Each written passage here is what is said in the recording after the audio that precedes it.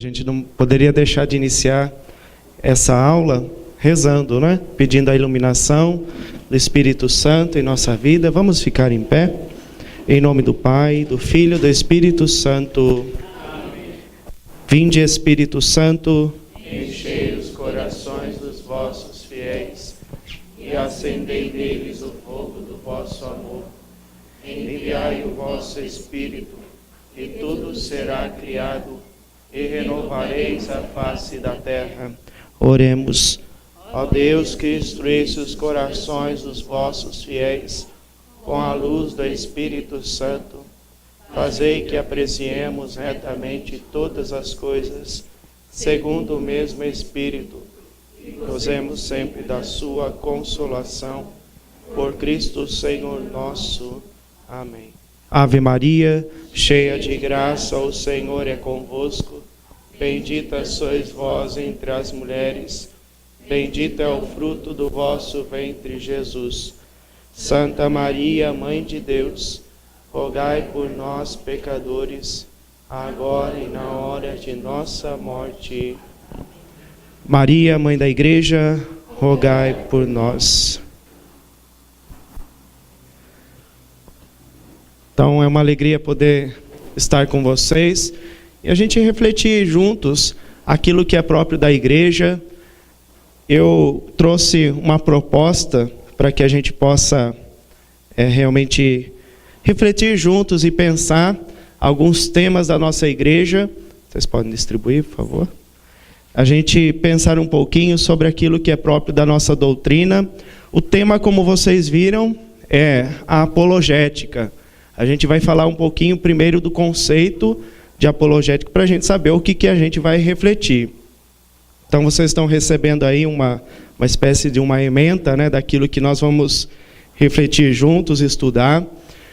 À medida que eu possa ir falando, eu vou tentar, do modo mais simples, a gente refletir, né, porque às vezes a gente, por exemplo, como no meu caso, eu tenho 2 anos de sacerdócio. O sacerdócio novo, a gente às vezes está com o teologuês da universidade, então a gente às vezes esquece, né, dessa questão, dessa reflexão de catequese com o povo. Então vocês vão me ajudando, à medida que tem dúvida, padre, não entendi. A gente está aqui em comunidade, juntos, para pensar juntos. E se eu não souber de alguma questão, eu não vou responder aquilo que eu não sei. Eu vou responder a partir daquilo que eu sei. Na próxima aula eu trago junto, e se alguém souber aquilo que eu não sei, a gente vai refletindo junto. A gente não é doutor, né? Não é sede da sabedoria. Então, por isso, a gente vem aqui refletir, e se alguém tiver algo a acrescentar, a dizer, a gente vai contribuindo junto. Tá? Então, é uma aula, mas também vocês podem ajudar a contribuir aquilo que vocês também já têm de caminhada na igreja, de comunidade, já ouviram falar. Então, isso ajuda muito nas aulas também. Então, é um curso de aprofundamento da fé. Falar da doutrina da igreja é falar dos mistérios de Deus, é aprofundar o encontro pessoal com Cristo. Então, falar de teologia é entrar nesse mistério profundo do amor de Deus em nós. Então, cada um de nós, quando a gente vem participar, por exemplo, de uma aula de teologia, a gente está fazendo o quê? Esse encontro com Deus, através daquilo que a igreja vai mergulhando no conhecimento a respeito desse Deus, a sua igreja e da fé. Então, toda a teologia é para quê? Para que a gente possa acrescentar aquilo que nós conhecemos.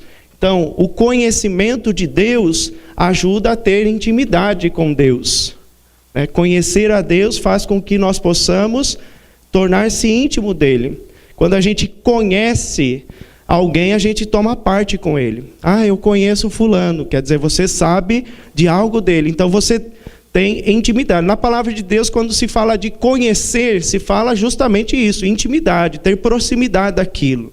Então, por isso que é importante a igreja, ela promove e pede que promova mesmo esse conhecimento da igreja e de Deus, para que possamos ser íntimos. Tem muitas pessoas que abandonam a fé porque não conhecem a fé. Por que vocês acham que as pessoas largam a fé católica? Por quê? Vamos pensar. Quais são as razões que muitas pessoas largam a fé católica? A partir daquilo que vocês ouvem. Não conhece a doutrina da igreja, por isso largam a igreja? Quais são os motivos que a gente ouve? Já ouviram alguém dizer, olha, eu estou em outra religião, por isso, por aquilo? Quais são as razões?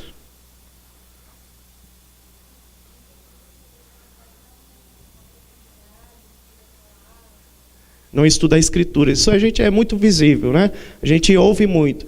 Na minha igreja agora eu tenho uma profundidade com a palavra. Lá na igreja católica eu não tinha. É uma das razões que as pessoas colocam. O que mais? Visão sobre os padres, né? Esses dias mesmo eu ouvia já, uma pessoa falava, padre, eu estava afastado da igreja porque um padre me decepcionou. Ele disse algo e aí eu saí da igreja.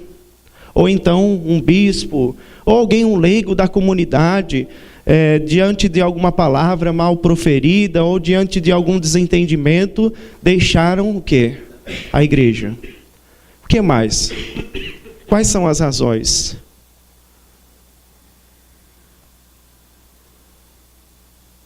Tem mais alguma razão? São diversas, né?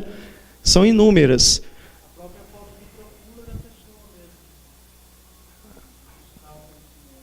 A falta do conhecimento, né? Que as pessoas deixam se levar por falsas doutrinas, falsos conhecimentos e acham que aquilo é verdade, colocam como verdade para a sua vida. Então, inúmeras situações fazem com que as pessoas deixem a fé, às vezes fé cristã, vivem o ateísmo ou então deixam de lado a fé cristã católica. São inúmeros motivos. Se essas pessoas tivessem esse profundo conhecimento da palavra de Deus, da doutrina, da igreja, ou até mesmo desse tema que nós vamos ouvir, da apologética. O que é apologética? Nós vamos ver. Essas pessoas nunca deixariam a igreja católica. Então, nós estamos mergulhando num momento em que nós podemos enraizar a nossa fé. Porque falar de Deus, da doutrina, das Sagradas Escrituras é dar raiz. Por que essas pessoas deixaram a fé? Porque não tinham raiz sólida. Não tinha raiz, não tinha profundidade naquilo que eles diziam acreditar. Naquilo que eles diziam professar. Então, para realmente viver a fé, é preciso o quê? Ter raiz. Porque senão, toda a planta da nossa vida, ela morre. Ela não dá fruto. Então, fazer essa experiência do conhecimento da doutrina da igreja é ter raiz. Então é isso que nós vamos caminhando e a comunidade tem aprofundado nisso. Vocês viram anteriormente a aula de bioética, né? É isso. É uma linha do aprofundamento da linha da ciência humana. Então a igreja, ela é a favor da ciência. Ela nunca foi contra a ciência. Ela é porque ela é a favor da verdade. Se é uma ciência, a igreja, ela aprova, porque a igreja é a favor da verdade. O que existe por aí e que se colocam como ciência são teorias. Teorias não, a igreja não aprova teorias. A igreja aprova a ciência, que ela tem a sua definição por pressuposto à verdade. Então a igreja, ela é a favor e tem tantos padres e leigos que usam da ciência para demonstrar aquilo que nós professamos na nossa fé. Então isso é importante também. E a apologética usa também da ciência humana, das ciências exatas. Nós vamos até ver um pouquinho de matemática. Quem gosta de matemática? Gosta de matemática? Já ouviram falar de lógica? Quem já estudou lógica aqui? Lógica, eu fui lá, eu sou professor, agora não, mas no ano passado e os outros anos, assim, dei aula de lógica aristotélica e lógica proposicional para os seminaristas, para que eles pudessem o quê? Argumentar. Então, a apologética também é preciso sair do quê? O pressuposto do argumento. Então, vocês precisam argumentar para defender a fé. Então, a lógica ela é essencial e nós vamos ver que é importante para que a gente possa ter também o estudo da apologética. Então, vai passar pelas diversas ciências, da lógica, do método, da metodologia da apologética, então, da filosofia. Quem gosta de filosofia aqui? Aí, tem gente que gosta de filosofia. Eu aprendi a gostar de filosofia no 3º ano de filosofia, quando estava acabando. É assim, né? Ah, está acabando, nossa, que coisa boa, que pena, né? Que pena. Mas fazia um esforço para estudar, né? É importante. Para quem vai estudar teologia, é preciso passar pela filosofia, que é o estudo da vida, é o estudo do ser humano, da compreensão do ser humano, para que a gente possa estudar o quê? A fé. Então, é a partir do ser humano que a gente experimenta o quê? A fé em Deus. Então, é preciso também a filosofia. Vamos pegar aqui, para a gente entender um pouquinho o que é a apologética, a gente vai passando definindo isso. A ementa, né? O que representa para nós, o que nós vamos estudar. A ementa capacita o aluno, né? Visa o quê? A apologética. Capacitar o aluno à reflexão sobre a defesa da fé, diante da palavra de Deus, da tradição da igreja e do magistério da igreja. Alguém questionou você alguma vez por alguma situação de fé? Por aquilo que você acredita? Quem já foi questionado? Por exemplo, o uso de imagens. Maioria, né? Já foi questionado. Em Nossa Senhora, os dogmas, a palavra de Deus, situações da palavra, o evangelho, muitas outras coisas. Então, a apologética é algo muito amplo. Eu coloquei aqui situações bem pinceladas da apologética, que senão a gente teria o quê? Um ano de aula para que a gente pudesse aprofundar em todas as vias a apologética. Então, nós vamos ver a cada situação da apologética dentro da tradição, das Sagradas Escrituras e do magistério, essa defesa da nossa fé, esse argumento que nós conseguimos dar diante daquilo que nós professamos a nossa fé. Então, nós defendemos o quê? Nós defendemos aquilo que nós professamos.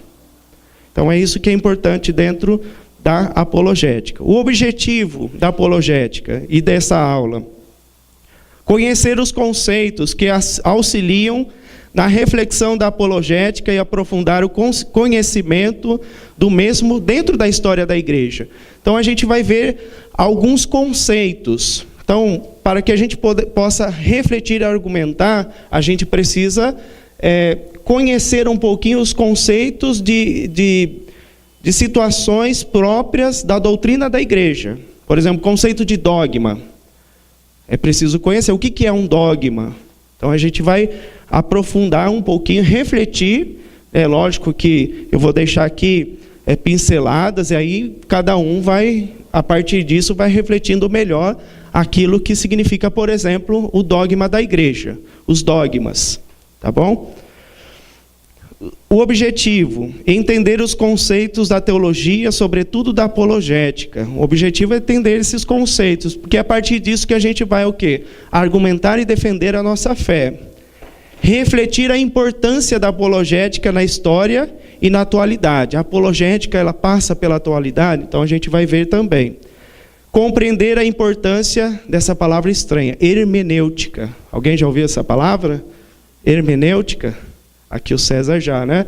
Para que a gente possa interpretar, fazer a interpretação de alguma situação na vida, no cotidiano, da palavra, é preciso passar pela hermenêutica. Então a gente vai falar também sobre isso. O que significa a hermenêutica? Existe a hermenêutica bíblica, a hermenêutica da palavra, de uma poesia, de uma história, de uma fábula. Então existe a interpretação, o que está como pano de fundo sobre aquela palavra, sobre aquela interpretação, para que a gente possa o quê? A partir disso, defender a nossa fé. A gente precisa interpretar a situação para que a gente possa dizer, não, isso é verdade. Isso realmente eu posso definir como o quê? Dado da minha fé. Tá bom? Não fiquem preocupados não, que a gente vai com calma, tá bom? O que é isso, hermenêutica, né? Lógica. Vamos lá. Compreender a importância da hermenêutica, da lógica, da argumentação para o uso da apologética. Isso a gente vai ver já no início. Então, a primeira parte do conteúdo, agora a gente vai ver o conceito de apologética. Então, preciso saber o que o padre está falando aqui, apologética. Preciso saber o que é isso, né?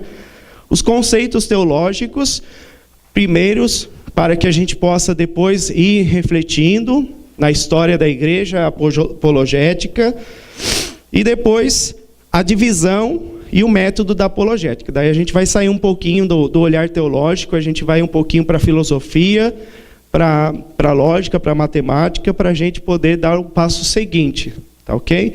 Então a primeira parte é isso.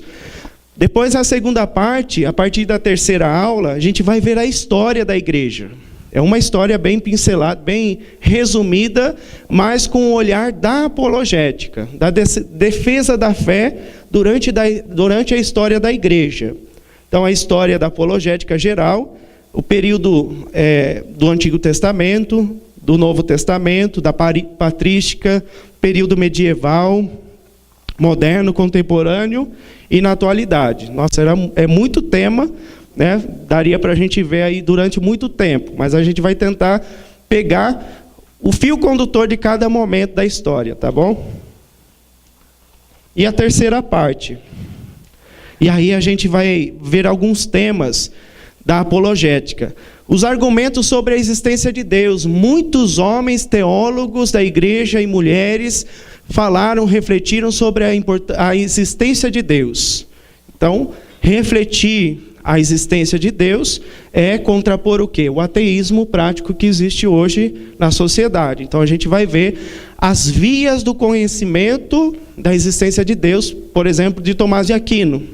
É importante para que a gente possa defender. Não, eu acredito que Deus existe. Vocês sabem que Deus existe não simplesmente pela razão, mas pelo sentir, né, pela vivência da comunidade. Agora nós vamos argumentar.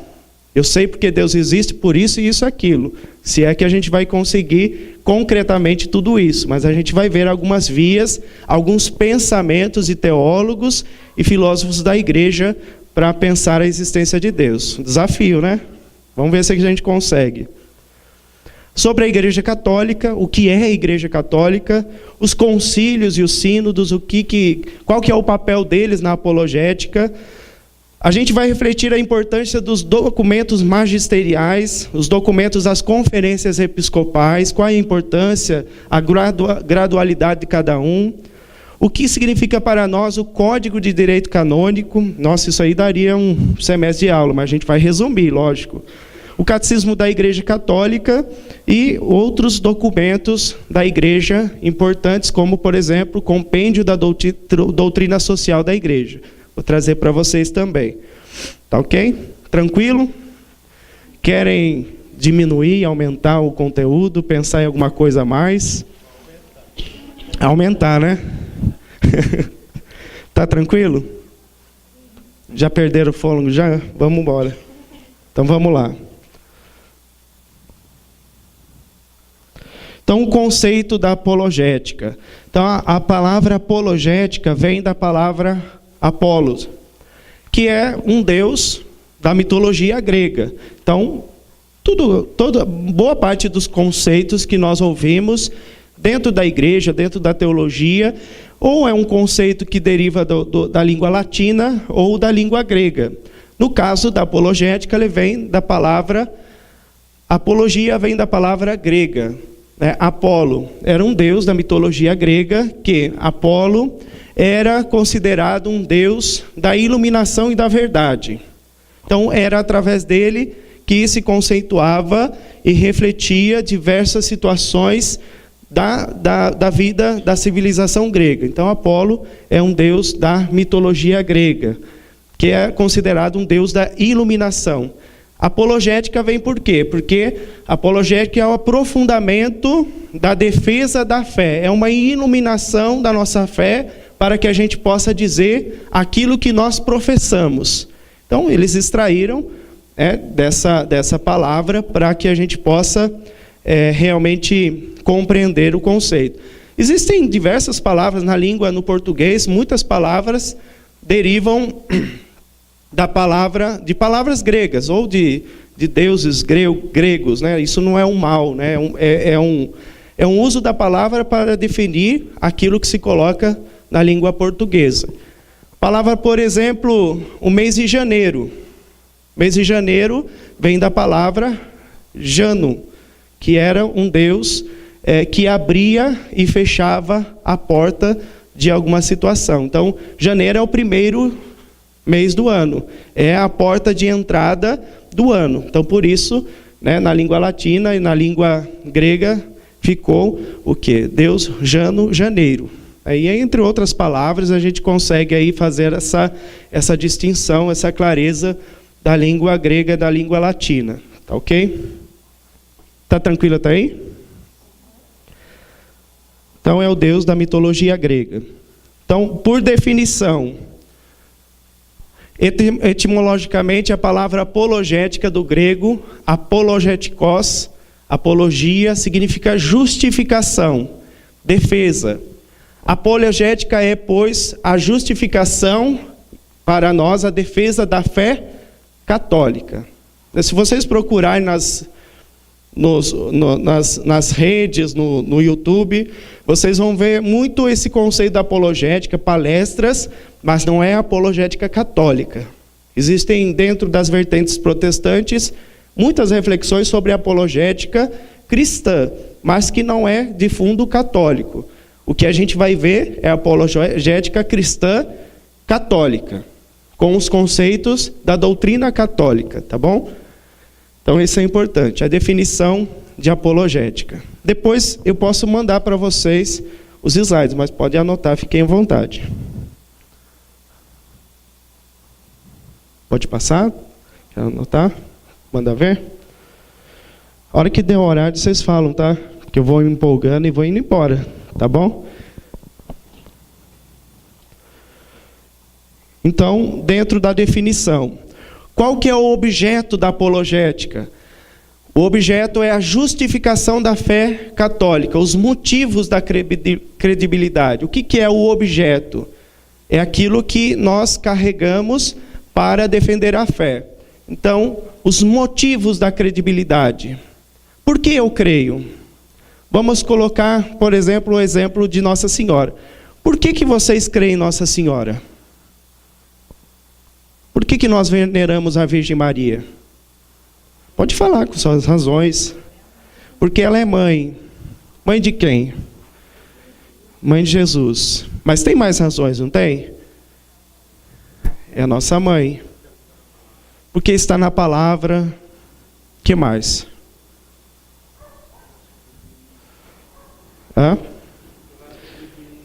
Obediência.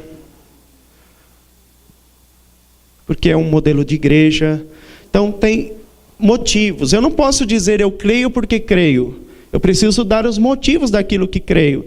É por isso que muitas pessoas deixam a fé católica. Porque quando questionam a respeito, por exemplo, por que você acredita em Nossa Senhora, ela vai dizer, eu acredito porque eu amo ela, porque minha mãe venerava ela, porque eu tenho uma imagem em casa, e não são razões, né? Então, a apologética ela vai aprofundar e fazer com que a gente possa refletir melhor aquilo que nós cremos. Então, por isso que a gente está mergulhando nessa raiz, nessa beleza, no qual a gente consegue compreender e dizer, eu creio porque ela está nas Escrituras, ela é a mãe de Jesus Cristo, porque está no Evangelho, porque ela é a mãe da igreja, e a gente vai refletindo melhor sobre esse conceito. É importante. Dentro da apologética, faça um exercício durante esse tempo agora de aula. Coloque lá, por exemplo, o conceito Nossa Senhora. E aí você vai colocar, por que creio? E aí você vai dando as razões. Igreja Católica, por que eu creio? Vai dando as razões, até esgotar esse seu pensamento sobre a credibilidade daquilo. Jesus Cristo, nossa, tem muitos motivos por que crer em Jesus. Por que eu creio na Trindade Santa, na Santíssima Trindade? Por que eu creio no Papa, no Bispo? Por que eu creio na Igreja Católica Apostólica Romana? Por que eu creio na sucessão dos apóstolos? Façam esse exercício, é importante. A gente vai viver essa defesa da fé, então a gente precisa já fazer esse exercício. Quanto mais a gente conseguir, significa que a nossa defesa da fé está aí, em alta. E quanto menos a gente conseguir, quer dizer, a gente precisa repensar e pensar mais naquilo que nós acreditamos. De repente, pegar lá a profissão de fé dos apóstolos, aquilo que nós defendemos e professamos durante as celebrações. Aqui, por exemplo, eu trouxe para vocês verem, a gente vai passando para vocês. É um compêndio de símbolos, definições e declarações de fé e moral. Aqui está carregada toda a profissão de fé da igreja. Se chama Denzinger. Denzinger, alguém já viu esse compêndio? O César aqui. Se pegarmos o catecismo da igreja, algumas citações do Denzinger vão estar aqui. Tá, como DS ou DH, quando é mais antigo, aqui DH. Denzinger Hundermann. Existe um rapaz, um teólogo corajoso, que ele resolveu compilar tudo aquilo que é escrito dos papas durante toda a história da igreja. Aqui nós temos, nessa versão, nessa edição, até o Papa Bento XVI. Desde os primeiros sínodos, concílios. Aqui nós temos as profissões de fé. Nós carregamos aqui aquilo que, diante da história da igreja, os papas foram definindo e professando a fé na igreja de acordo com o tempo. Aliás, se o padre vai dizer alguns livros, como esse, no decorrer do tempo, nós temos um acesso à compra desses livros também, se vocês desejarem ter suas casas também. O Denzinger também é um documento, é um compêndio aí, né? Toda a história da igreja, e já pensei em comprar também para a comunidade também, porque é algo muito importante. Podemos ter também, né, que é algo que vai nos ajudar. Como disse o padre, tem 2.000 anos de história, os 260 e tantos papas, tudo que a nossa igreja disse, né, e professa. Aqueles que interessarem pelo texto, você pode me procurar depois, porque, como eu disse, esses livros que não são tão comuns na livraria, nós, como comunidade, temos um acesso para conseguir, para que vocês adquiram esse livro também com facilidade. Então, quer fazer uma pesquisa sobre documentos da igreja, está aqui no Denzinger. Muito interessante.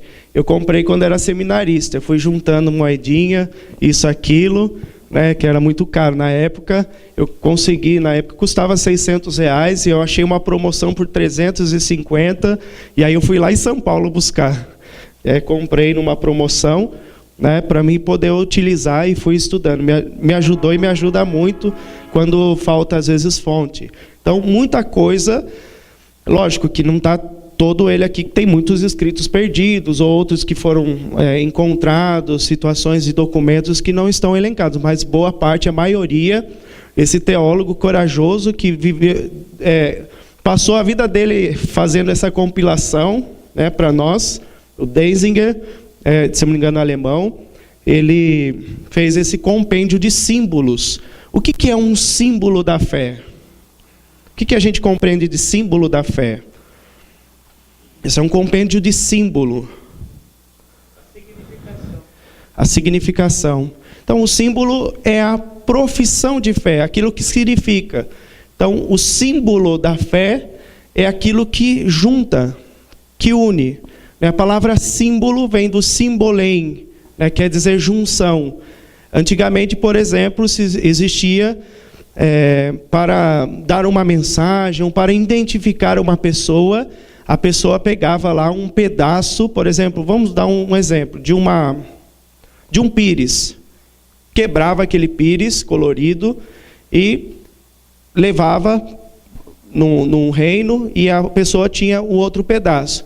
Então, quando se juntava aquele símbolo, sabia que ele era um enviado ou um mensageiro. Então, o símbolo é aquilo que junta, é aquilo que nos complementa. Então, fazer a profissão de fé é complemento da nossa fé, é vivência pessoal e íntegra da nossa fé. Então, é um símbolo, o Denzinger contém o símbolo de definições e declarações de fé e moral. Então, aqui está o tratado de diversos papas e sínodos, concílios da nossa igreja. Isso a gente vai refletindo depois também. Então, o objeto é a defesa da fé católica. Então, apologética, resumindo, é defesa da fé católica. Como nós vamos defender a nossa fé? O que nós vamos defender? Então, isso é importante. A finalidade da apologética é confirmar os crentes, converter os indiferentes e ateus. Então, com a apologética, nós conseguimos o quê? Confirmar aqueles que já acreditam. Dizendo, olha, vocês não creem porque creem, existem as razões para crer. Então, é importante também. Nós não devemos viver uma fé superficial. Então, estudar a doutrina da igreja, as escrituras, aprofundar sobre aquilo que está dentro da nossa doutrina é importante para confirmar a nossa fé. Converter os indiferentes, aqueles que, para ele, ser cristão ou não, é tudo a mesma coisa. Então, converter aqueles que estão indecisos na fé. E também os ateus. Se eu dou as provas da existência de Deus, alguém que é ateu, ele pode contrapor, mas existe a razão de acreditar. É interessante que a gente vive um ateísmo, que a gente vive não, né? Muitos vivem esse ateísmo, porque simplesmente não consegue compreender Deus, não só na razão, mas no sentir, na experiência de vida. Então, vocês veem e notam que dentro dessas correntes do ateísmo, muitas pessoas formulam escolas de ateísmo, entre outras coisas. Quer dizer, há uma inquietação dentro desse ateísmo. Então, significa que essa inquietação significa que eles não têm definido aquilo que eles não acreditam ou acreditam. Então, essa inquietação é fruto do quê? De uma incerteza, muitas vezes. Então, a finalidade é fazer essa experiência de reafirmar a nossa fé, a raiz, e também fazer com que aqueles que estão indecisos na fé possam realmente sustentar a sua fé. Esse é o nosso papel de cristãos. Como testemunhas do Cristo ressuscitado, nós também devemos dar as razões para a vivência e acreditar em Jesus Cristo, que é caminho, verdade e vida. Então, também a finalidade é refutar as objeções daqueles que são anticrentes. Existe hoje uma massa de pessoas que vão condenando a Igreja Católica por razões históricas que são desconhecidas. Nas escolas a gente ouve muitas pessoas dizendo, olha, meu filho, depois que começou a ver história, ele começou a desacreditar da igreja, porque o professor dizia isso, aquilo.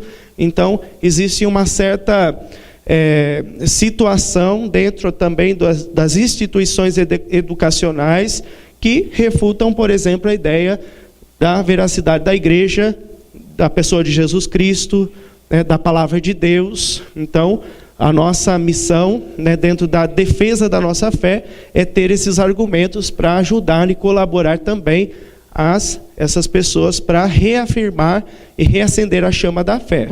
Tá bom? Então, esse é o desafio nosso de cristãos também, por isso a apologética é importantíssima. Tranquilo até aqui? Estou falando muito rápido? Tá tranquilo? Então vamos lá. E a importância? A importância da apologética é para que tenhamos uma base, um sustento na nossa fé. Então, conhecer os conceitos da doutrina da fé é ter uma base sólida, que eu não consiga desmontar por si só. Então, a importância da apologética. É uma condição necessária da teologia. O que é a teologia? Teologia vamos resumir, né? É um estudo daquilo que eu acredito na relação com Deus. Nessa relação íntima com Deus, nós aprofundamos através da teologia. Então, não é simplesmente o estudo de Deus, é o estudo da relação de Deus com a humanidade. Se pegarmos o Catecismo da Igreja, o primeiro tema que nós vamos estudar e aprofundar é a relação, o encontro de Deus conosco, porque Deus, por primeiro, vem ao nosso encontro. Esse é o dado da revelação. E nós, diante desse encontro com Deus, nós vamos dar a nossa resposta a Deus. Essa resposta nós podemos definir pela nossa vocação. Então, Deus vem ao nosso encontro por primeiro, como vai dizer São João. Deus nos amou por primeiro. Antes que nós possamos dizer que amamos a Deus, Deus nos amou por primeiro. Então, Deus já está no coração do homem. Santo Agostinho diz que o ser humano tem uma grande inquietação por Deus, pela essa busca de Deus. O como nós vamos buscar esse Deus pode ser diverso, ou a gente busca essa inquietação em busca de respostas para esse encontro com Deus em situações negativas. Mas todo ser humano racional tem o desejo de Deus. Temos esse desejo. O como nós vamos encontrar com esse Deus pode ser de diversos modos para que possamos adentrar nesse caminho, nesse projeto de Deus em nós.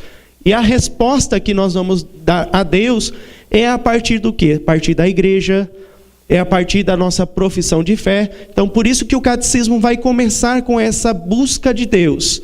A resposta, ela se dá por Jesus Cristo, pelas Escrituras, pela profissão de fé, pelos sacramentos, pela vida de oração. Então, o catecismo, ele dá essas respostas que nós vamos dar a Deus. Então, a apologética, ela é essa defesa da resposta que nós damos a Deus. Então, a apologética é a resposta que nós conseguimos dar a Deus. Então, é como nós defendemos. Nós não ficamos, às vezes, dizendo essas respostas a Deus, mas em circunstâncias da nossa vida é preciso dizer aquilo que acreditamos com fundamentos sólidos. Tá? Tranquilo? Vocês estão quietinhos? Então vamos lá. A gente até estranha, né, quietos, porque às vezes a gente faz reflexão com jovens, alguma coisa assim, né? É um pouquinho mais agitado. Então vamos lá. O objeto, né? Voltando lá para a gente redefinir de novo essa questão do objeto. A justificação da fé católica, os motivos do que creio. Dar razão para o que se crê. Por que eu creio? Se eu creio na palavra, por que eu acredito nessa palavra? É preciso dar razões. Tem gente que acha que é uma besteira isso. É só crer, acreditar e você já é salvo. Mas é preciso dar razão. Quando a gente, por exemplo, conhece, por exemplo, a missa, o porquê que o padre, por exemplo, ele beija o altar, ele vive a procissão da entrada. Se eu sei as razões porque o padre está celebrando, os ritos, os sinais, os movimentos dentro da celebração, eu celebro melhor. Eu consigo compreender, eu compreendo aquilo que se celebra, e o quê? Eu entro nesse mistério desse amor de Deus através da Santa Missa. Então, é preciso conhecer aquilo que se celebra e celebrar aquilo que se vive e viver aquilo que se celebra. Então, se vivermos uma fé de tradicionalismo, ou seja, eu venho aqui, fico ali sentado, o padre pode fazer qualquer gesto, eu não entendo, não compreendo, mas eu estou aqui porque eu estou cumprindo o meu preceito dominical. Não tem importância de ser. Então eu não vou aprofundar, eu não vou adentrar a esse mistério desse amor de Deus. É o que falta às vezes na fé. Muitos jovens vêm reclamar, padre, eu não entendo a missa, por que acontece isso, aquilo? Até é importante, por exemplo, o trabalho de acólitos e coroinhas. Eu sou coordenador da pastoral dos acólitos e coroinhas na diocese. E eu faço muita reflexão sobre a importância e as razões da missa. Então, as crianças, quando adentram a esse mistério da celebração, eles conseguem o quê? Compreender melhor. E aí, eles começam a amar aquilo que estão celebrando, porque compreendem. Então, é importante as crianças terem esse acompanhamento, essa proximidade diante do altar. Muitos são contra. Eu acho que é importante, né? Porque eles vão aqui reconhecendo esse lugar, né, como o lugar do encontro com Deus. Importantíssimo. Assim também é na nossa fé. É preciso aprofundar dentro do aspecto, por exemplo, litúrgico. O que é a liturgia? É a ação do povo de Deus. Então, se eu tenho os gestos, os ritos, é porque eu estou dizendo e eu estou o quê? Celebrando algo dentro da liturgia, dentro do rito. Então, isso é importante. Em tudo, na igreja, eu preciso dizer: por que eu creio? Por que eu estou fazendo isso? Por que o padre, por exemplo, ele entra numa procissão de entrada? Vocês sabem dizer? É porque o padre gosta de desfilar? Fashion Week, né? Tem gente que na frente, né, ministro, parece que está desfilando, né? Aquele corredor enorme. Não, mas tem um sentido bíblico. É a caminhada do povo de Deus. Nós não caminhamos quando não estamos ali auxiliando na celebração, mas é como se estivéssemos. O padre faz essa caminhada como no Antigo Testamento, né, Moisés caminhou com o povo até a terra prometida.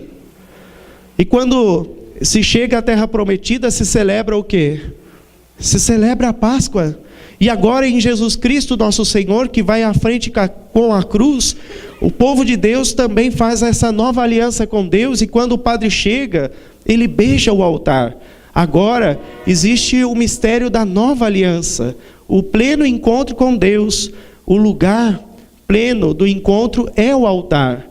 Então essa caminhada é em direção a quê? A Cristo Jesus. Nós, na nossa fé, caminhamos em direção a Cristo. Então toda a nossa doutrina, tudo aquilo que nós professamos é em direção a Jesus. Então, se a gente, por exemplo, sabe o porquê, as razões de uma procissão de entrada, a gente, quando vê lá o padre, fala: olha, eu também quero caminhar ao encontro de Cristo, que eu possa também amar e beijar esse Cristo consagrado no altar. Então, esse mistério do amor de Deus. Então, e compreender é amar também. Quando a gente compreende a pessoa, né, por mais diferente que seja o casal, por exemplo, quando a gente compreende ela, diz: nossa, ela faz isso, mas tem essas limitações, mas apesar de tudo isso, eu compreendo, eu amo.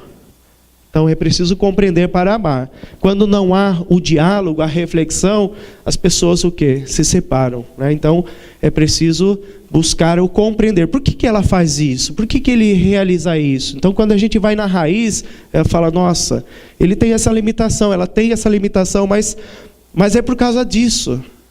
E a gente às vezes vê aquilo que é superficial. A gente só vê a limitação e não vê as qualidades das pessoas. Um exemplo, né?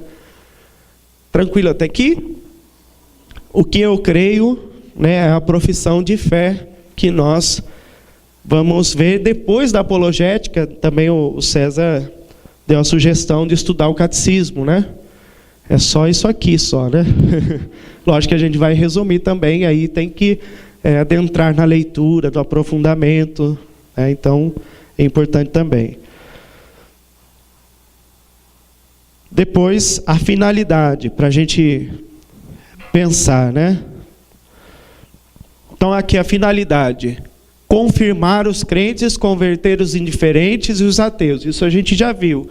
Refutar as objeções dos anticrentes. Por exemplo, não que seja anticrente Ário, né, dentro da patrística, era um bispo que refutava algumas situações, era um herético. Não que ele não acreditava em Deus, mas ele tinha uma compreensão errada dessa relação de Deus como Jesus Cristo, verdadeiramente humano e verdadeiramente Deus. Mas isso a gente vai ver lá à frente, tá bom?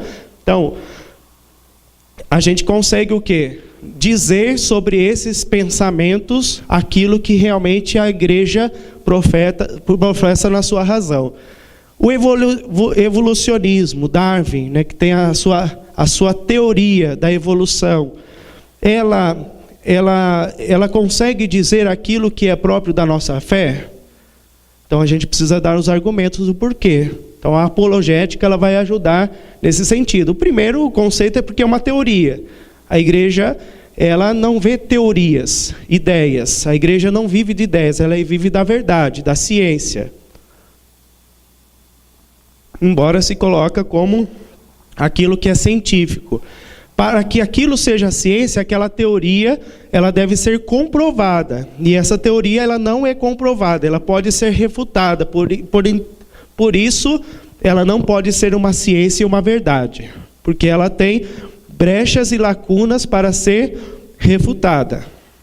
Existe também uma teoria, dentro dessa questão do criacionismo, de que como veio o ser humano ao mundo, que é a teoria do design inteligente. Já ouviram falar? Não? Tá. TDI, Teoria do Design Inteligente. É uma teoria, se eu não me engano, americana, protestante, que vai refutar a teoria do evolucionismo. É muito usado em algumas correntes católicas. Porém, é uma teoria. Eu posso usá-la, mas, porém, sabendo que ela pode ser desmontada ou refutada. Então, é uma teoria, entre outras. Então, cientistas usam dessa teoria para justificar uma ideia e um pensamento. Tá bom? Então, existem inúmeras teorias. Porém, a igreja ela tem o quê? Ela tem a sua posição dentro dessas situações, daquilo que é ciência e daquilo que não é. O ateísmo, por exemplo, o ateísmo de Nietzsche. Nietzsche é um filósofo considerado contemporâneo e ele dizia que Deus morreu. Ele decretou na sua filosofia a morte de Deus. E aí, a partir disso, um vazio existencial. E aí, eu como cristão, eu preciso refutar essa morte de Deus. Embora, declaradamente, aí, nesse sentido, ele não diz que Deus morreu, ou Deus não existe. Ele diz que no pensamento ocidental as pessoas mataram Deus porque não conseguem compreender Deus naquilo que é proposto dentro de uma visão bíblica. As pessoas já não vivem aquilo que é a proposta do Evangelho e daquilo que traz o resgate do pensamento de Deus. Então, o ateísmo de Nietzsche, por exemplo, ele parte não de uma negação de Deus, mas de um decreto de uma morte de Deus. Tá bom? Deu para entender? Tá bom. Estou tentando ali resumir um pouquinho. Vamos lá. Então agora a gente vai para os conceitos teológicos para o aprofundamento do tema. Então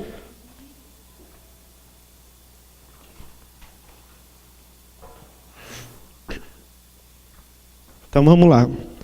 O que são esses conceitos? São palavras. Vocês vão ver que agora, pode ser que você vai dizer assim, o Padre Danilo, ele fala uma coisa e já vai para outra, mas a gente vai vendo conceitos. Então são palavras que depois, dentro da história da teologia, ou dentro depois do catecismo, vai ficar muito claro para a gente dar continuidade. Então são palavras que estão elencadas dentro da doutrina, que cada momento vai ter um significado para cada uma delas, tá bom? A igreja, ela está firmada em 3 pontos. Isso, talvez você já acompanhe e já saiba. O fundamento da nossa fé, ela está enraizada na Sagrada Escritura, na Sagrada Tradição e no Sagrado Magistério. O professor Felipe Aquino, ele fez uma coleção, chama Coleção Escola da Fé. Ele tem esse livro, embora está bem resumido aquilo que significa cada coisa, mas ele vai ajudar nessa reflexão sobre Sagrada Escritura, Sagrada Tradição e Sagrado Magistério. Vale a pena, não sei se alguém já leu, já viu. Alguém já viu esse material? É um livrinho, numa linguagem muito simples, que vai explicar cada um desses pontos da fé que nós firmamos. Então, nós vivemos, nós cristãos católicos, tá bom? Se é alguém que não é católico, não vai viver nesse tripé da fé. Sagrada Escritura, a palavra de Deus, ela é a base da nossa fé. Tudo aquilo que nós extraímos, seja na liturgia, na vida, na experiência de fé, na comunidade, dentro da perspectiva da tradição, da história da igreja, do magistério, tudo aquilo é firmado como base da palavra. Um dogma. Precisa da palavra? Precisa. Se pegarmos uma bula, que é uma bula? É um documento papal que vai formular aquilo que é o dogma, por exemplo, a bula do dogma da Imaculada Conceição. Está na palavra de Deus? Então eles vão fundamentar os conceitos da palavra para dizer que aquilo é um dogma. Tá? Então, todo dogma ele tem a sua fundamentação bíblica. Tudo deve passar pela palavra de Deus. E por isso que nós colocamos também como dogma. Então, a fé está firmada em 3 pontos: na Escritura, na Sagrada Tradição e no Magistério. Quem é de outra fé não católica, ele vai negar esses dois do tripé. Ele vai viver, né, um momento único. Por exemplo, Lutero, a saída dele para a sua reforma protestante foi o quê? Ele dizia que para viver a fé é preciso somente a Escritura. Sola Escritura, sola fide, sola fé. Então, para Lutero, não é necessário o magistério e a tradição da igreja. Embora o luteranismo já virou uma tradição. Tem os seus documentos, tem as suas formulações. Agora, com os 500 anos da igreja luterana, se firmaram documentos, entre outras coisas. E, inconscientemente já foi uma tradição ali, né? Um magistério dentro dessa vida. Até sobre a Virgem Maria. Lutero tem um hino muito bonito sobre a Virgem Maria. Depois, alguns protestantes foram negando, mas Lutero não negou a Virgem Maria. Tem um hino mariológico muito bonito. Então, aqui, o católico, né? Tradição, magistério e Escritura. Tranquilo até aqui? Então, vamos lá. Isso aqui já é visível para vocês, né? Então, primeiro dado, a Sagrada Escritura. Então, a gente vai refletir, então, dentro dessa questão da Sagrada Escritura. Quando nós concebemos aquilo que é Escritura, que é palavra, na chamada canonicidade, aquilo que é canônico, ou seja, aquilo que tem o seu fio condutor nas promessas e na aliança de Deus. Então, o que é canônico? É aquilo que nós temos compilado na Sagrada Escritura e que o concílio foi colocando como verdade de fé através daquilo que foi permeado dentro do Antigo Testamento e dentro do período do Novo Testamento. Como que eu consigo afirmar? Olha, aquele escrito do Antigo Testamento é canônico, está entre as Escrituras. Nós sabemos que o Antigo Testamento, ele tem o quê? A sua aliança de Deus com o seu povo. Aquilo que está integrado dentro dessa aliança de Deus com o povo, dentro do profetismo, dentro da história, dentro dos relatos bíblicos, ele é considerado canônico. Algo que sai desse firmamento da aliança com Deus, ele não é considerado canônico. E aí nós chamamos de livros apócrifos. Nós temos livros apócrifos do Antigo Testamento e apócrifos do Novo Testamento. Não é livros de credibilidade, no sentido de que eles têm a sua reta intenção na linha condutora dessa visão da relação de Deus com a humanidade segundo as suas promessas. Vou dar um exemplo, o livro de Enoque, por exemplo, é um livro apócrifo. Tem um livro, se eu não me engano, a Profecia de Abraão, é um livro apócrifo, né? Então não é um livro de credibilidade. Eu posso ler, posso ver, mas eu não posso encarar como uma verdade de fé, porque não traz essa linha condutora dessa relação da aliança de Deus com a humanidade.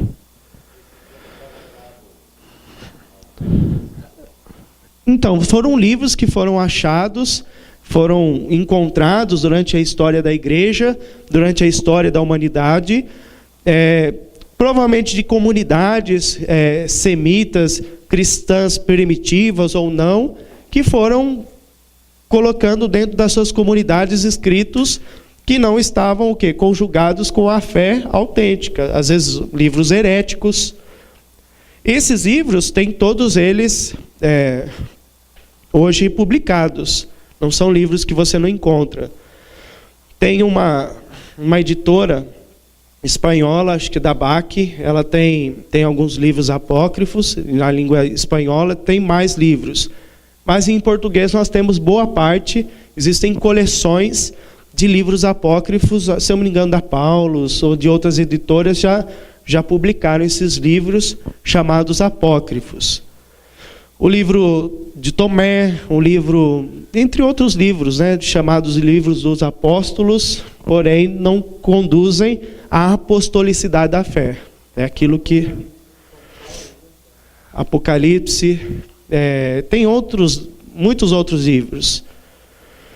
O Evangelho de Maria, de São José, tem outros livros que não conduzem aquele fio condutor. Eu posso ler, porque às vezes cai no imaginário. Então tem um livro, se eu não me engano, sobre Jesus, um livro apócrifo, que ele é bonito, ele vai dizer sobre a cura de um passarinho. Jesus estava caminhando, de repente, parece que cai uma pedra, esse passarinho se machuca, ele vai lá e cura esse passarinho, colocando como a primeira cura.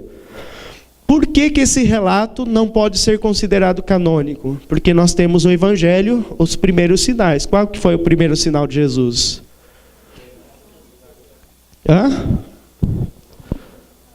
Bodas e Caná. Entre os sinais aqui, estão elencados aqui, Então, não são considerados canônicos, porque no Evangelho nós temos o primeiro sinal.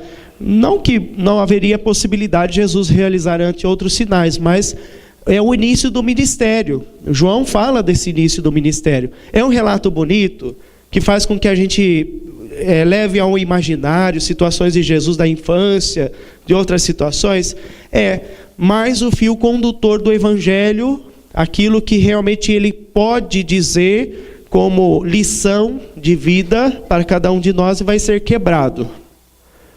Entendeu? Então o livro apócrifo vai quebrar essa aliança, essa promessa de Deus dentro da integração daquilo que é o Evangelho. Tá bom? Então a canonicidade. Tem alguma dúvida sobre isso? Querem perguntar?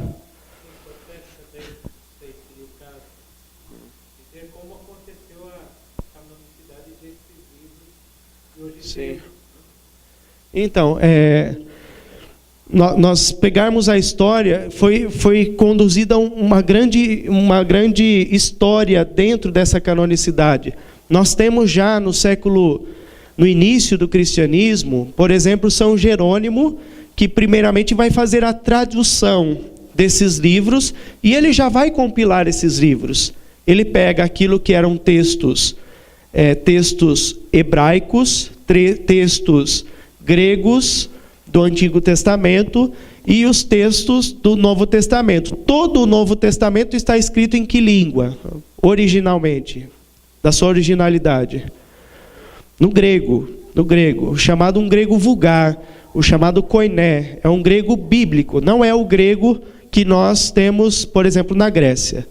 Ela é similar, mas ela muda daquele grego clássico que nós temos hoje. Este grego que nós temos é o moderno. Então, quem quiser estudar o grego bíblico, ele é diferente do grego da Grécia, que é um grego moderno. Então, São Jerônimo teve o desafio de trazer essa linguagem, e ele já fez essa compilação, já era algo natural. Ele sabia aquilo que fazia parte desse cânon, dessa compilação das Escrituras.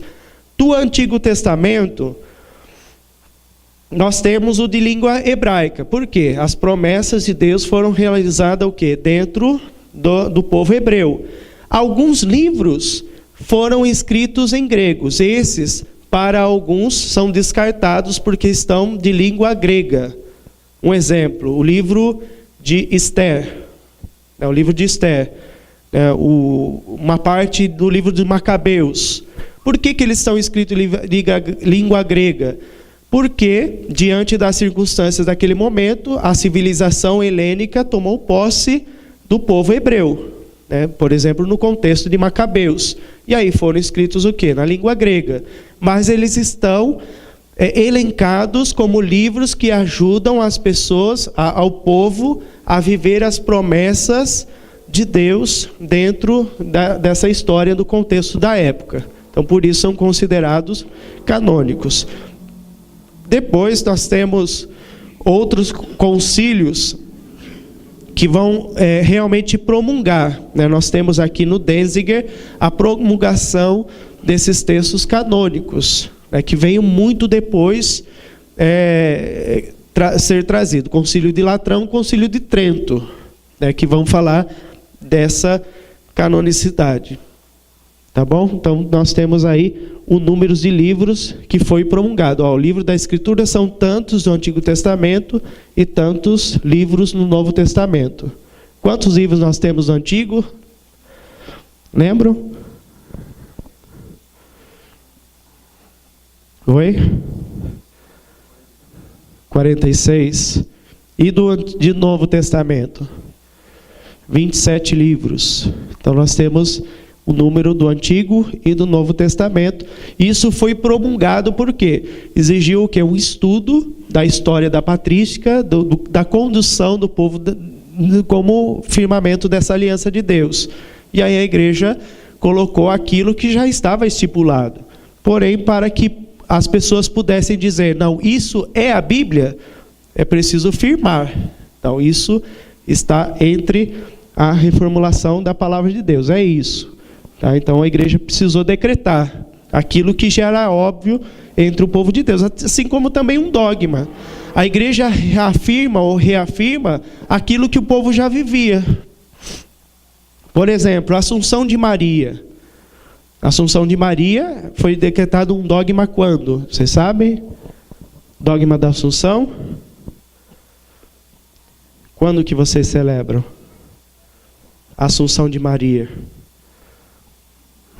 Hã? Faz tempinho, em agosto. A dica. 15 de agosto.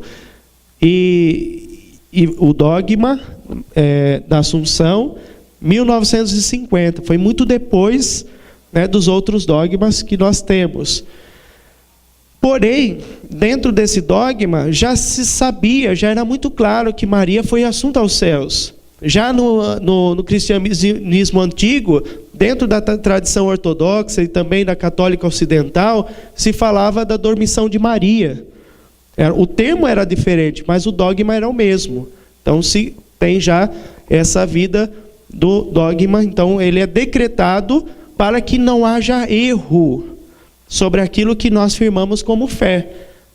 Então, é algo que é verdade, que é reafirmada de acordo com um momento da época. Mas isso a gente vai ver no dogma. Só um exemplo. Então, o Antigo Testamento. O Antigo Testamento é esse livro da aliança com Deus. Nós temos dentro do Antigo Testamento o chamado Pentateuco. Vamos lá rever os livros do Antigo Testamento, do Pentateuco. Quais são? Gênesis. Gênesis depois é o quê? Êxodo. Deuteronômio Isso me conforta, porque eu sei que é a comunidade católica, né? A gente tem as dúvidas assim na palavra um pouquinho, né? Se é evangélico, já estava o Pentateuco formado. Vamos lá. Gênesis, Êxodo, Deuteronômio, Números, Levítico. 5 livros, chamado Pentateuco, os 5 primeiros livros da Bíblia. Para o judeu, essa é a chamada Torá. Então, a Torá é aquilo que é o livro da lei, os 5 livros da lei. Para nós é importantíssimo o uso dele para o cumprimento das promessas no Novo Testamento, assim como os outros livros. Então, a Torá é a base do Antigo Testamento. Por que, por exemplo, o povo de Deus escreve o livro do Gênesis? Um momento bíblico para a gente só ter aí essa defesa da fé dentro da Bíblia, né? Por que se escreve o livro do Gênesis, por exemplo? Definir o início de todas as coisas? Também, né? Olha, nós sabemos que Abraão, ele faz um início do quê? Ele faz um início desse resgate de um povo de um único Deus. Dentro do povo primitivo, existia a cultura da idolatria de diversos deuses. O povo da Babilônia, o povo grego, entre outros povos, se tinham deuses para tudo. Deus da terra, Deus do ar, Deus do sol, Deus das aves, e tinha para tudo, tinha o seu Deus. Tinha esse Deus. O livro do Gênesis, ele foi escrito para afirmar essa fé nesse único Deus. Esse único Deus. Então, como que o livro vai começar? Lembra o primeiro versículo da Bíblia? No princípio Deus criou. Então já quebra as estruturas da questão idolátrica. Deus criou o quê? Aí nós vamos elencar. Deus criou o céu, a terra, o firmamento, o mar, as coisas. Então, o que esse povo está querendo dizer quando o Gênesis foi escrito? Que as coisas que se colocavam como deuses, para o Deus Israel, ele criou todas as coisas. Então, qual que é o objetivo do livro do Gênesis? Dizer que há um único Deus. Esse Deus que criou aquelas coisas que para os povos eram deuses. Então, num primeiro momento, se nós pegarmos até nos Salmos, ainda há um resquício do quê? Que existe um Deus maior do que os outros deuses. Não é isso que a gente reza nos Salmos? Quem reza a liturgia? Por quê? Ainda não se tem a compreensão de que não existe deuses. E aí depois, diante da leitura, diante do período do Antigo Testamento, se coloca o firmamento de um único Deus. Não há outro Deus senão o Deus Israel. Tá? Então essa é a compreensão do livro do Gênesis. Por isso que ele foi escrito. Não foi simplesmente para dizer que criou Adão e Eva e como as coisas foram criadas, mas para dizer isso. Se Deus criou o homem e a mulher, é porque o homem e a mulher não podem ser deuses. Eles são carne. São ossos, né? É isso que o livro quer dizer. Então, o livro tem essa preocupação. E todos eles do Pentateuco, depois eles vão dizendo sobre essa caminhada desse povo que faz essa promessa com Deus, de que há um único Deus. Viver fora dessas promessas de que há um único Deus, um Senhor, um só povo, uma só nação, é quebrar e viver a idolatria. Então Deus faz uma promessa. Primeiro é com quem? Com quem Deus faz uma promessa? Qual que é a primeira promessa do Antigo Testamento? A promessa com Abraão. Qual que era essa promessa? De que haverá uma promessa de descendência maior do que as estrelas do céu e a promessa de terra. Uma terra que depois em Moisés vai ser definida, uma terra que corre leite e mel. Então é feita uma promessa. Quem recebe essa promessa? Quem não viver diante da idolatria da época. quem viver nessa aliança com Deus. Então, a quebra da aliança causa consequência para o seu povo. Então, isso que os livros vão dizendo. E por que depois nós temos os livros proféticos? Vamos dar um exemplo de um profeta. Um livro profético. Jeremias, Isaías, que mais? Samuel, que mais? Baruque, Daniel, depois logo, né, no período helênico já, Daniel, que mais? Vamos lá. Vocês só leram isso de profeta, gente? Jonas, Ezequiel, entre outros, né? Mas só para a gente relembrar um pouquinho a memória do Antigo Testamento. Por que eles são considerados, eles são eleitos por Deus profetas? Para que eles possam ter esse fio, para que o povo de Deus possa seguir esse fio condutor, desse segmento, dessa aliança com Deus. Então a função do profeta é, seja no campo, seja na corte real, seja em outros lugares, eles firmarem e fazer com que o povo possa voltar a essa aliança com Deus. Então é uma defesa da fé. Eles também são apologistas, porque eles quebram as correntes da idolatria da época. Então eles fazem a defesa dessa aliança com Deus, né, esse único Deus. Então eles também vivem, e eu posso conceituar também como apologistas. Jonas, Elias é um apologista, né, formidável, né, quando ele quebra, por exemplo, a idolatria dos deuses de Baal. Então ele faz a sua defesa da fé nesse acreditar e nesse dizer sobre aquilo que acreditava sem medo, sem temor. Então os profetas, eles trazem essa relação desse encontro com Deus, né, pela essa aliança. Então quando a gente fala do conceito de aliança, de antiga aliança, é essa promessa de Deus com a humanidade para que eles possam ter uma descendência, para que eles possam ter uma terra, uma habitação, um lugar, para que eles possam viver a alegria plena em Deus. É preciso quebrar a idolatria do pecado de cada época, de cada situação. Ainda hoje a gente somos chamados a quebrar essa idolatria e viver essa aliança com Deus. Por isso que nós cristãos não deixamos de lado o Antigo Testamento. Nós não deixamos de lado. Ele é importantíssimo. Por quê? Através dessa antiga aliança, esse Antigo Testamento, nós vamos compreender a nova aliança. Jesus Cristo nosso Senhor. Então, aquilo que era a palavra se tornou carne e habitou entre nós. Então, o firmamento dessa palavra, daquilo que acontecia, daquilo que Deus falava, se realiza plenamente na pessoa de Jesus. Santo Irineu de Lyon, vale a pena a gente ler.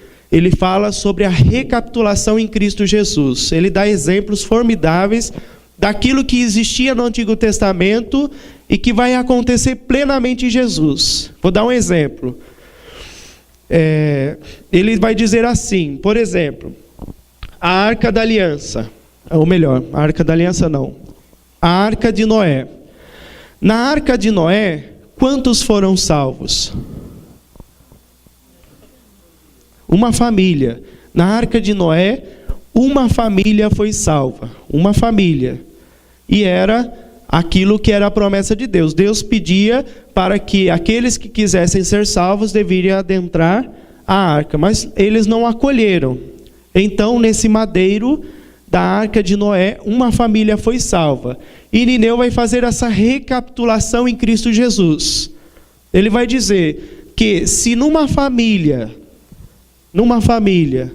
se numa arca uma família foi salva, no novo lenho da cruz, agora quantas famílias vão ser salvas? A humanidade toda é salva no madeiro da cruz, no novo madeiro, no lenho da cruz.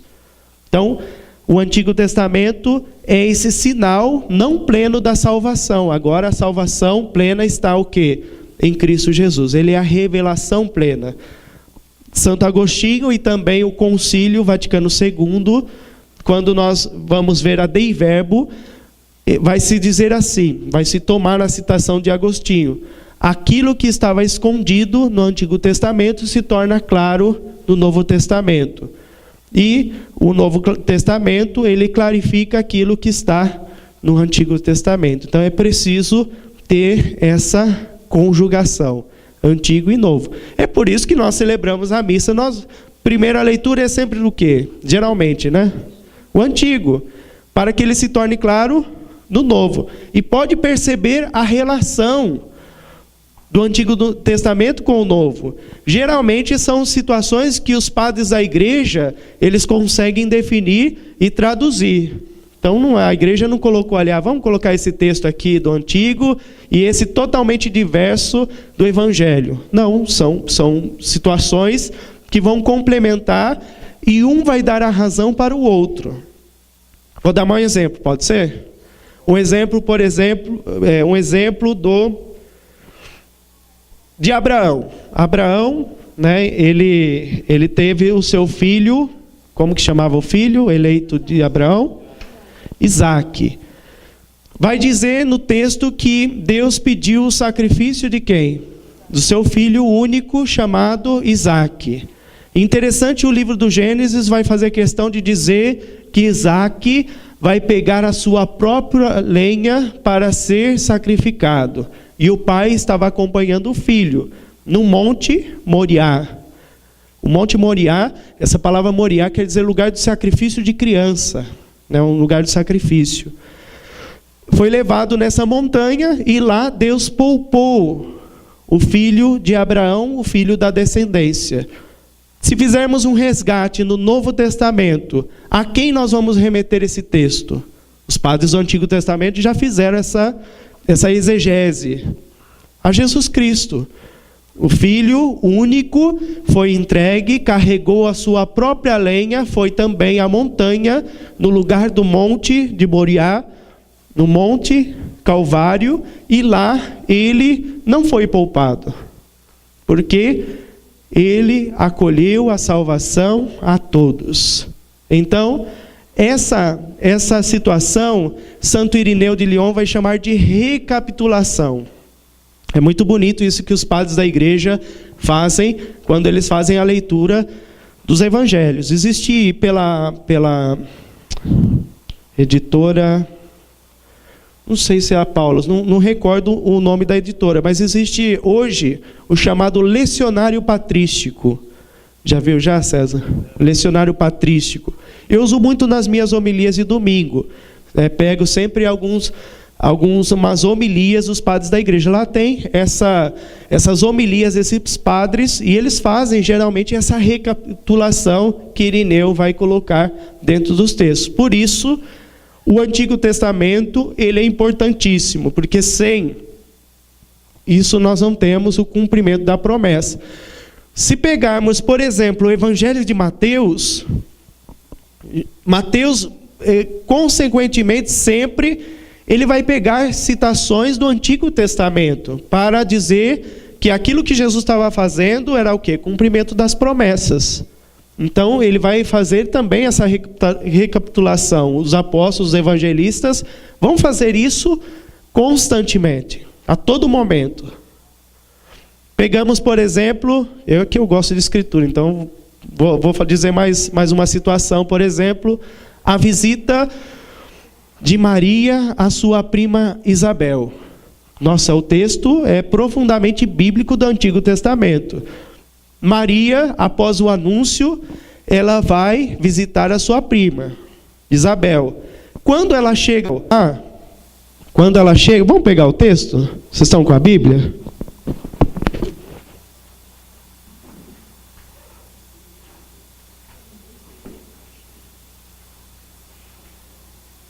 Vamos lá, Evangelho de Lucas.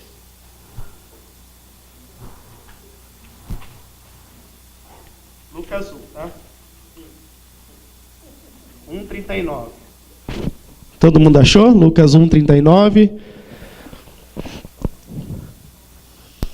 Quem trouxe a Bíblia, quem não trouxe, acompanha, ouve. Podemos ver?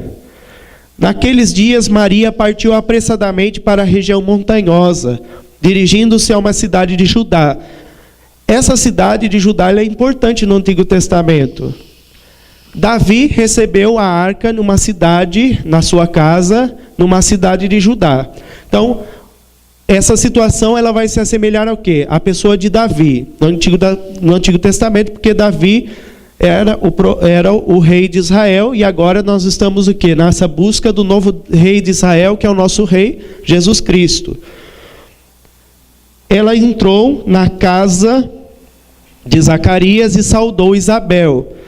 Quando Isabel ouviu a saudação de Maria, a criança pulou no ventre da alegria no seu ventre, e Isabel ficou repleta do Espírito Santo. E aqui a saudação. Com voz forte ela exclamou: bendita és tu entre as mulheres, e bendito é o fruto do teu ventre. Então o que Isabel está dizendo? Que Maria é a bendita entre todas as mulheres do Antigo Testamento. Maria é a mais bendita. Algumas mulheres foram importantes no cumprimento da promessa de Deus. Isabel está dizendo agora que reconhece Maria o cumprimento pleno das promessas do Antigo Testamento. Vamos dar o nome de uma mulher importante do Antigo Testamento. Ruth, Esther, Sara, tinha os patriarcas, as mulheres dos patriarcas, Sara, Lia, Raquel, entre outras mulheres. Então Maria é a mais importante entre as mulheres. Bonito quando vocês passarem na Basílica de Aparecida, quando virem lá a imagem de Nossa Senhora Aparecida, Cláudio Pastro fez questão de colocar as mulheres do Antigo Testamento e as mulheres do Novo Testamento. Então nós temos ali Maria, a bendita entre todas as mulheres, entre as mulheres, né? Porque ela trouxe para nós o cumprimento da palavra, a promessa que é o próprio Cristo. Continuando. Bendita és tu entre as mulheres, bendito é o fruto do teu ventre. Como mereço que a mãe do meu Senhor me venha visitar? Essas mesmas palavras estão na boca de Davi quando ele recebe a Arca da Aliança. Davi vai dizer assim: como eu posso merecer que a Arca do meu Senhor venha me visitar? Então o que Isabel está dizendo? Maria é o quê? É a Arca da Aliança. Nós fazemos isso na ladainha, nós rezamos isso. Maria é a Arca da Aliança. E quem é a nova aliança? É a lei que tinha na arca? É quem? Jesus Cristo. Por isso, não há mais Arca da Aliança. Agora a arca é Nossa Senhora. Às vezes as pessoas pedem para mim rezar o cerco de Jericó. Eu falo, sem arca eu rezo. Com a Virgem Maria eu rezo. Com a arca eu não rezo porque nós não temos mais a arca da antiga aliança. Agora é Maria. Então para mim é próprio. Não estou dizendo que eu estou desprezando o cerco de Jericó. Pelo contrário. Mas para mim agora existe o quê? O cumprimento da promessa. É a Virgem Maria, ela carregou a nova arca, Jesus Cristo. Então, agora existe para nós a nova aliança, o Jesus Cristo nosso Senhor. O resumo da lei se faz na pessoa de Jesus Cristo. Bonito isso, né? Então, a nova arca, bendita és tu entre as mulheres e bendito é o fruto do vosso ventre. Está lá no livro de Samuel, se eu me engano, né, a Bíblia às vezes eu preciso dar uma pesquisada melhor, mas o primeiro livro de Samuel, capítulo 6, existe esse encontro de Davi com a arca. E aí depois, logo que a saudação ressoou nos meus ouvidos, o menino de alegria pulou no ventre. E ela diz, feliz aquela que acreditou, porque lhe disse da parte que o Senhor foi cumprido. E depois tem o Magnífica, a saudação de Maria, que no Antigo Testamento nós temos também com Samuel. É o cântico de Ana, que é Maria agora é o cumprimento de todos os profetas. Na figura de Ana, agora Maria vai repetir o cântico de Ana, porém, colocando aí as promessas da nova aliança. Maria ficou 3 meses, versículo 56. Maria ficou 3 meses com Isabel, depois voltou para sua casa. Quantos meses a Arca da Aliança ficou na casa de Davi? 3 meses. 3 meses. Então, essa recapitulação em Cristo Jesus. Então, para a gente entender a importância do Antigo Testamento agora com o Novo, para que a gente pudesse o quê? Conceber o quê? Essa promessa e reconhecendo que verdadeiramente esse esperado está em Jesus pela figura da Virgem Maria. Tranquilo? Alguma dúvida? Acrescentar? Então, o Antigo Testamento. E aí a gente também clareou o Novo Testamento. O Novo Testamento é esse cumprimento daquilo que se colocava do Antigo, na pessoa de Jesus. Jesus é o Novo Testamento, é a revelação divina.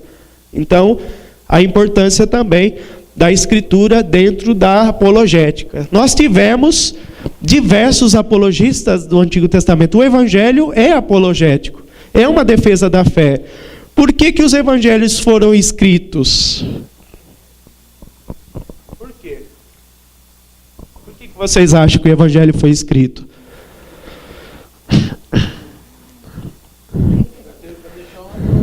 Ele quis escrever, falar, nossa, hoje eu vou escrever aquilo que Jesus disse, né? Fazer um diário. Para confirmar. Para que não mudasse aquilo que Jesus disse. Importante.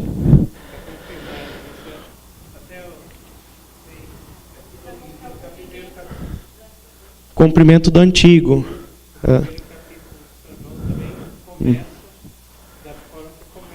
O Antigo Testamento. E o verbo. Então a palavra verbo, né, a palavra verbo do Antigo Testamento é palavra. Aquilo que era a palavra se fez carne, ou seja, aquilo que estava escrito se fez vida, agora está presente entre nós. Então Jesus, nesse sentido, é o cumprimento da promessa. Ele é o cumprimento daquilo que se falava, se dizia, agora ele é visível. É atualizado e vivido entre o povo de Deus agora. É visível aos nossos olhos aquilo que os profetas viviam, diziam. Até mesmo Jesus, ele realiza poucos milagres, vamos dizer assim, alguns milagres que acontecem no Antigo Testamento, todos eles Jesus realiza de um modo maior. Se no Antigo Testamento nós temos o maná que cai do céu, nós temos o quê? Multiplicação dos pães. Se nós temos Moisés que abriu o mar, o que Jesus faz? Nada sobre as águas, bem maior. Porque abrir sobre as águas, quem mandou Moisés abrir o mar? Deus. Agora, Jesus pediu, Deus abre o mar? Não, ele vence o mar, ele vai por cima. Quer dizer, é algo muito mais sobrenatural. Ele se mostra o quê? Essa divindade de Jesus, né? essa vida em Cristo Jesus. Elias. Sim, nós temos depois a viúva, né? A viúva de Naim. Interessantíssimo aquele evangelho. A viúva do Antigo, a viúva do Novo. Diante do encontro do velório, da morte, o encontro de Jesus com os discípulos, o que vence? A vida. Aquele que encontrar-se com Cristo nesse caminho da vida, ele ganha a vida. Ele ganha, não há como continuar morto. Então, essas duas procissões que acontecem. O caminho da morte, né, com o velório, da saída da viúva de Naim, e o caminho da vida, de Jesus com os seus discípulos. É bonito imaginar essa cena, né? Procissão do velório, procissão da vida, né? Jesus Cristo, muito rico. Então, é importantíssimo nós adentrarmos esse conceito. O Evangelho é apologético. Antes de nós termos uma palavra escrita, nós temos uma palavra oral. Era muito claro as situações da vida de Jesus. Se falavam da vida de Jesus. Os evangelistas conheciam, viveram com Jesus, ou então conviveram com os apóstolos. Então era muito comum dizer as situações nas comunidades sobre Jesus. Quando que começa a escrita? Porque eles quiseram perpetuar Não, no primeiro momento não foi pensado nisso. Foi pensado em quê? Em orientar uma comunidade, por exemplo, a comunidade de Mateus, que era uma comunidade de muitos judeus e também de gregos, de orientar agora a uma nova fé. Olha, viu, vocês estão vivendo ainda uma fé na antiga tradição, por isso os relatos contra os fariseus, contra os mestres da lei, e que os evangelistas foram trazendo essas discussões de Jesus. Então, no Evangelho de Mateus é muito forte essa discussão. Então, o evangelista Mateus trouxe essa situação da vida de Jesus. Não é uma história inventada. Aconteceu, os evangelistas apropriaram desse acontecimento. E de Lucas? Lucas faz imensos milagres, né? É o Evangelho de Maria, o Evangelho da infância de Jesus, lindo o Evangelho de Lucas, para uma comunidade helênica. Uma comunidade que precisaria alicerçar a sua fé na dimensão do Espírito Santo na vida da igreja. Então, o Evangelho começa e termina em Jerusalém. E depois, em Atos dos Apóstolos, Lucas continua o Evangelho. Começa em Jerusalém e termina na Jerusalém Celeste. Então, a caminhada do povo de Deus com o próprio Cristo. Então, essa dimensão que o Evangelho de Lucas traz. O Evangelho de Lucas é o Evangelho do Espírito Santo, do pneuma. Existem os milagres, os relatos que vão justificar essa situação da caminhada do povo de Deus. Onde Jesus caminha, tudo ganha vida, pela ação do Espírito Santo. Então, interessantíssimo o Evangelho de Lucas. Foi escrito para quê, então? Existe uma apologia nisso. Eles pensaram em trazer, se firmar a fé no Cristo ressuscitado. Todos os evangelhos têm como finalidade o quê? Trazer a experiência do povo na dimensão do Cristo ressuscitado, que passa pela sua encarnação, pela sua vida pública, paixão, morte e ressurreição. Não há cristão que não fundamente sua fé no Cristo ressuscitado. Por isso, nós lemos o Evangelho à luz da ressurreição. À luz da ressurreição. Jesus vai mostrando isso. O Evangelho de João ainda não chegou a hora. É chegada a hora. É chegada a hora, o momento da cruz, o momento da ressurreição, o momento da vida. Então, eles precisavam o quê? As comunidades precisavam o quê? Sentir e justificar a presença do Cristo ressuscitado, verbalmente, na linguagem, na escrita. Então, por isso o escrito do Evangelho. É uma apologia, uma defesa da fé através da escrita. Tá bom? Então é importante também essa visão do Evangelho. Querem perguntar? Tranquilo? Deu a hora? Tem tempo aí? Tem mais quanto tempo?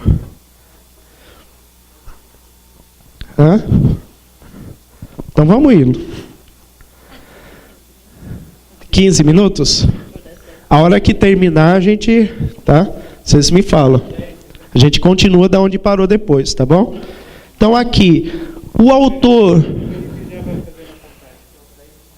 10 minutos, tá? Quem é o autor da palavra de Deus? O catecismo vai nos mostrar a autoria. Alguém trouxe o catecismo? Quem não trouxe e quiser trazer nos outros encontros, talvez a gente leia. Olha o que vai dizer no número 105 do catecismo. Quem trouxe aí pode ver. Deus é o autor das Sagradas Escrituras. As coisas divinamente reveladas estão contidas e apresentadas nos livros da Sagrada Escritura e foram registradas sob a inspiração do Espírito Santo.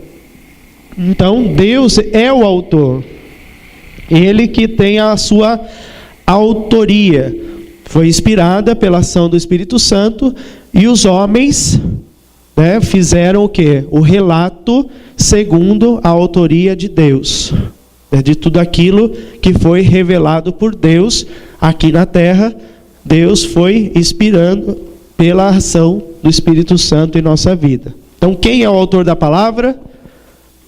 Deus. Inspiração de quem? Espírito Santo. Tá bom. Tá joia. Então, aqui a autoria. Está no Catecismo número 105, tá bom? Peguem depois esses versículos aqui, muito interessante, quando fala da autoria da palavra de Deus. Nós teríamos aí muito tempo para refletir também.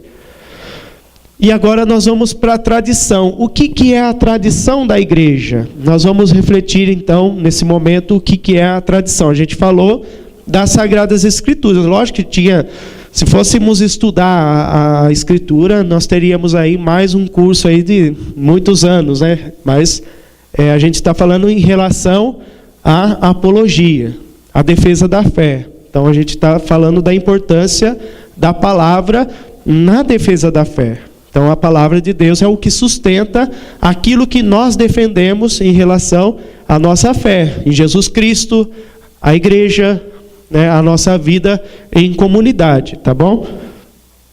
Vamos ler junto? Esta tradição com T maiúsculo.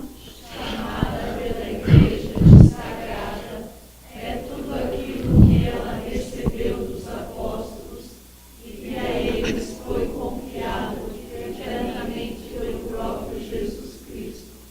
Não se trata da tradição dos homens, mas somente daquilo que se refere à salvação das almas e que nos foi deixado pelo Senhor. Então, o que é a tradição? Vamos lá. A tradição chamada pela Igreja Sagrada é tudo aquilo que ela recebeu de quem? Dos apóstolos. É a partir da apostolicidade. Nós acreditamos na Igreja Católica Universal, né, Católicos. Esse termo foi criado por... nós temos o Santo Inácio de Antioquia, em uma das suas cartas, ele vai definir a igreja, primeiramente, como católicos, como universal, é de todos, né, porque Deus salva a todos. Ela é apostólica, e aí entra a tradição. Então, a tradição é importante porque é aquilo que a igreja vai dizer a respeito do quê? Da palavra. Então é o meio, é o fio condutor para que possa chegar o quê? A palavra de Deus. Então esse meio é a tradição. Então é isso, ó. Chamada pela igreja, por isso é sagrada. É tudo aquilo que ela recebeu dos apóstolos e que eles foi confiado diretamente pelo próprio Jesus. Então é essa continuidade, né, desse fio para que a gente pudesse o quê? Compreender o desígnio de Deus e salvar a todos. Não se trata da tradição dos homens. Então, qual a diferença de tradição com T maiúsculo com T minúsculo? Uma tradição de Piracicaba é a festa do Divino. É uma tradição de uma festa popular. Ela não está elencada numa tradição apostólica. Aqui, Sagrada Tradição, é um costume local que se tem de alguma situação. É uma tradição popular, por exemplo, é algo que se coloca dentro de um costume, de um lugar, de uma vivência. Então, uma comunidade, uma diocese pode ter uma tradição, que não seja a tradição dos apóstolos, é uma vivência própria daquele local, daquele lugar. Então, é algo próprio da experiência, às vezes nem da palavra, mas é uma vivência popular ali. Deu para entender? Então, tradição da igreja. Não se trata de tradição dos homens, na Sagrada Tradição, mas somente daquilo que se refere ao quê? À salvação. Aquilo que é caminho de salvação. E, então, vai permear pelo quê? Pelas Escrituras. A Escritura é que nos leva à salvação. Porém, é preciso alguém que faça essa, vou arriscar a palavra aqui, mediação, essa ajuda, esse auxílio, para que as pessoas possam compreender essa salvação, e que nos foi deixada pelo Senhor. Deu para compreender? Bem resumidamente o que é tradição, tá bom?